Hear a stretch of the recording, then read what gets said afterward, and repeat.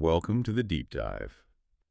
We are here to take a stack of, well, sometimes dense, sometimes really personal sources, and just give you the shortcut to being truly well informed.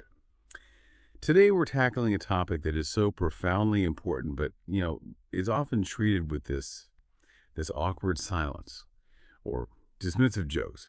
We're talking about maintaining a vibrant, satisfying sex life after 50. Specifically, how to navigate the physical shifts of postmenopause. And here's the immediate takeaway from our sources, which draw really heavily on leading sexologist guides. Physical changes are absolutely inevitable. I mean, they're part of life. But, and this is the big but, they are not a final verdict on your sexual satisfaction. Not at all. In fact, many experts argue this life stage opens up an incredible opportunity for intentional learning and exploration. So our mission today is to dive deep into what experts call the 4 secrets to great sex after 50. It's a crucial framework built on these EMLC pillars: education, masturbation, lubrication, and communication. By the time we finish, you'll have specific anatomical insights, essential medical context, and practical steps to truly understand and redefine your sexual needs. And that framework is so critical because it forces a proactive approach. The fundamental truth we all have to accept is that, change is the only constant. As we mature, our bodies, our chemistry, it all evolves. So our sexual needs and arousal patterns, they change right along with them. Moving forward successfully, and honestly, often more pleasurably than before, it depends entirely on acknowledging these new realities and getting the knowledge to meet them. Okay, let's unpack this. We're starting with the first 2 pillars, the ones that really lay the groundwork: education and masturbation. This is all about self-discovery, right? Knowing your new body and cultivating a fresh attitude toward intimacy. Let's start with pillar 1, education. Hmm. And I have to say, I thought I knew my anatomy, but the most surprising thing in the source material was the absolute necessity of understanding one specific anatomical detail, one that, according to experts, can unlock a whole new world of pleasure post-menopause. And I'm talking about the inner clitoris. Precisely. We often stop our understanding at, the clitoral hood and the glands, the visible parts. But the clitoris is actually a much larger sort of wishbone-shaped structure. It extends internally, wrapping around the vagina. And this internal structure is so crucial because the tissue there is highly sensitive and requires really specific stimulation. So, are we saying that the techniques that might have worked, effortlessly 10 or 20 years ago, Right. they just won't be sufficient anymore? That we need to approach stimulation completely differently to reach that internal structure? That's exactly right. With the shifts in sensitivity and lubrication, the stimulation might need to be deeper, maybe slower, and often it needs to be directed toward the tissue surrounding the vaginal entrance, which is where the internal legs, the crura of the clitoris, are located. Just understanding that full anatomical map empowers you to ensure you're providing the necessary time and the right type of stimulus for that internal tissue to become erect and engorged. And this is where it gets really interesting for me, because once you understand how to achieve that internal erection, the sources all suggest the quality and depth of pleasure and orgasm can be fundamentally enhanced. It's like a literal biological discovery waiting to happen. The experts we drew on, they highly recommend seeking out reliable, sex-positive resources to visualize this. They cite pioneering educators like Betty Dotson and Tristan Taormina. Right, as foundational resources. And that self-education, that's the key that opens the door to the second pillar, masturbation, which the experts, I think, very elegantly rename self-love. Now, self-love here isn't just some feel-good phrase, is it? It's an active, conscious attitude toward your body and your sexuality. And it often needs intentional cultivation, especially if you have these negative internal scripts about aging. And this is where we have to slow down. The practice is paramount. It's about touching yourself lovingly, without judgment, with genuine curiosity. We heard the advice slow down earlier, but let's really dive into that. A lot of people rush straight to what they think they want rather than allowing their body to reveal what it needs now. Wait, hold on. Slow down is easy to say, but what if someone is dealing with shame or, performance anxiety or just a lifetime of negative thoughts about their changing body? Is the answer really just to, I don't know, buy a new toy? That's a crucial distinction. The answer is not just a toy. The toy is a tool. The practice, it's about intentionality. If you're rushing, you're often letting those old mental scripts, the anxiety, the judgment, take the lead. Slowing down, it forces the mind to connect the physical sensations of right now, of the present moment. You have to learn to listen to the new, more subtle signals of arousal. They might now show up in different erogenous zones that have become more sensitive over time. So the payoff for this self-exploration is learning your new arousal baseline. What flips your switch now, not what flipped it back in your 30s. And the sources suggest this is the perfect time to explore tools. They mention that body-safe toys from reputable brands like Elo and Tantus can really aid in that discovery process. It's about being curious, not critical, of your body's new operational manual. Exactly. And that covers the personal internal work. So it sounds like the next step has to be the most practical one.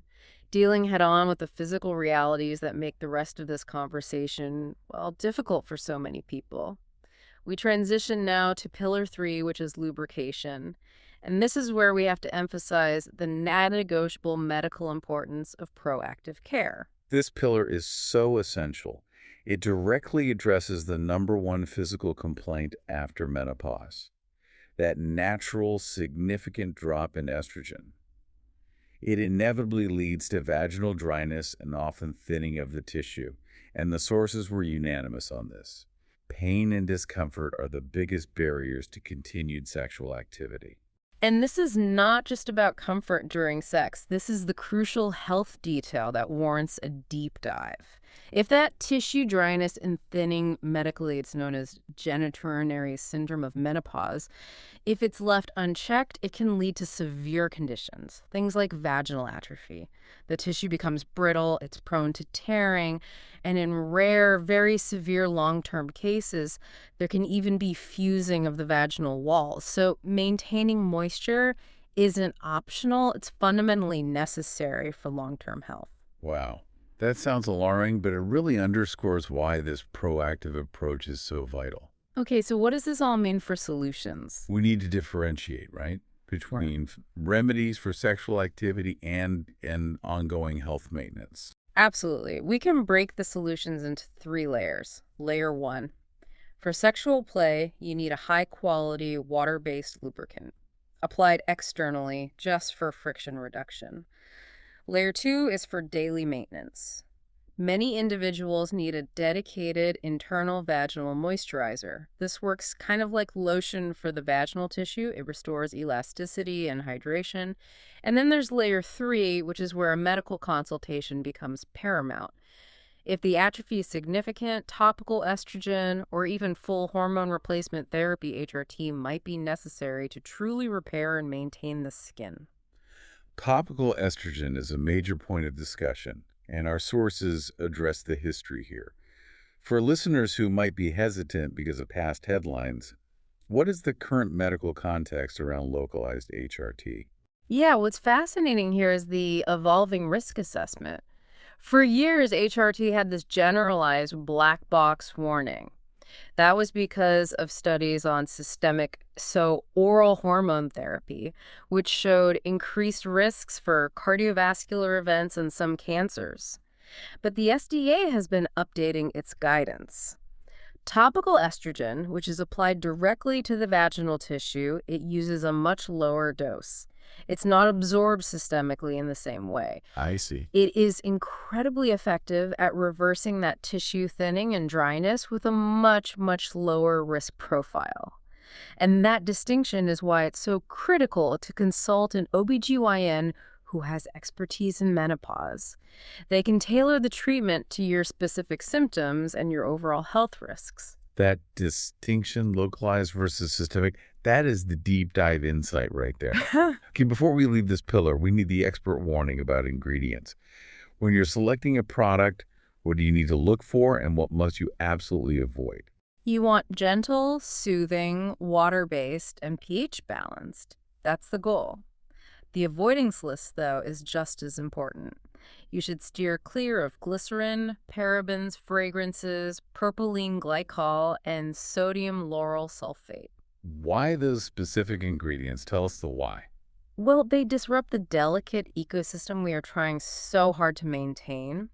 Take glycerin, for example. It's a sugar. And while it feels slippery, it can actually feed yeast. Oh, no. Yeah, it increases the risk of yeast infections. Propylene glycol, which you find in cheaper lubricants, is dehydrating. It completely defeats the purpose. And things like parabens and fragrances can be powerful irritants or even endocrine disruptors. We're aiming for maintenance and balance, not introducing chemicals that cause more problems. Okay, so if we connect this to the bigger picture, we've covered the internal work, both educational and physical maintenance. Now we shift to the relational side with Pillar 4, communication. And this is often the trickiest pillar because it demands, well, vulnerability. The goal is clear. You have to inform your partner of your changing needs and preferences, whether it's needing more time because of the inner clitoris discovery or needing to apply lubricant. But you have to frame it so carefully. You have to make it absolutely clear that these new requirements are physical necessities, not a personal criticism of them. And what's fascinating is where you begin this conversation. The advice from sexologists is very concrete on this. Start the conversation outside the bedroom. You have to do this when neither person is naked or vulnerable or feeling any kind of performance pressure. That makes perfect sense. I mean, if you try to bring up a need for more foreplay in the moment, it instantly becomes this high stakes, emotional thing where your partner might feel judged or inadequate. Exactly. Starting the conversation over coffee or while you're out for a walk allows you to share this new knowledge just factually. You can say something like, "Hey, I've been learning about the physical changes happening in my body, and I discovered that for me to feel good now, I need X, Y, or Z." That turns it into a collaborative problem-solving mission, not a critique. And you have to remember, this is an opportunity for mutual education. Your partner is aging too. They might be dealing with their own changes, like erectile function or shifts in desire. Absolutely. The advice is to keep these conversations short, loving, and focus squarely on expressing your feelings and your needs, not on what they are doing wrong. A loving conversation opens the door. A critical one slams it shut. So now that we have the full EMLC framework, let's quickly connect sexual health to overall systemic health. Because the sources reminded us we can't treat our sexual parts as, isolated systems. No, they are deeply interconnected. When we talk about sexual health and arousal, we are fundamentally talking about the circulatory system. During pleasure, blood is preferentially pumped toward those areas. So the better your circulatory system works, the better the blood flow. And the better the chance for optimal function and sensation.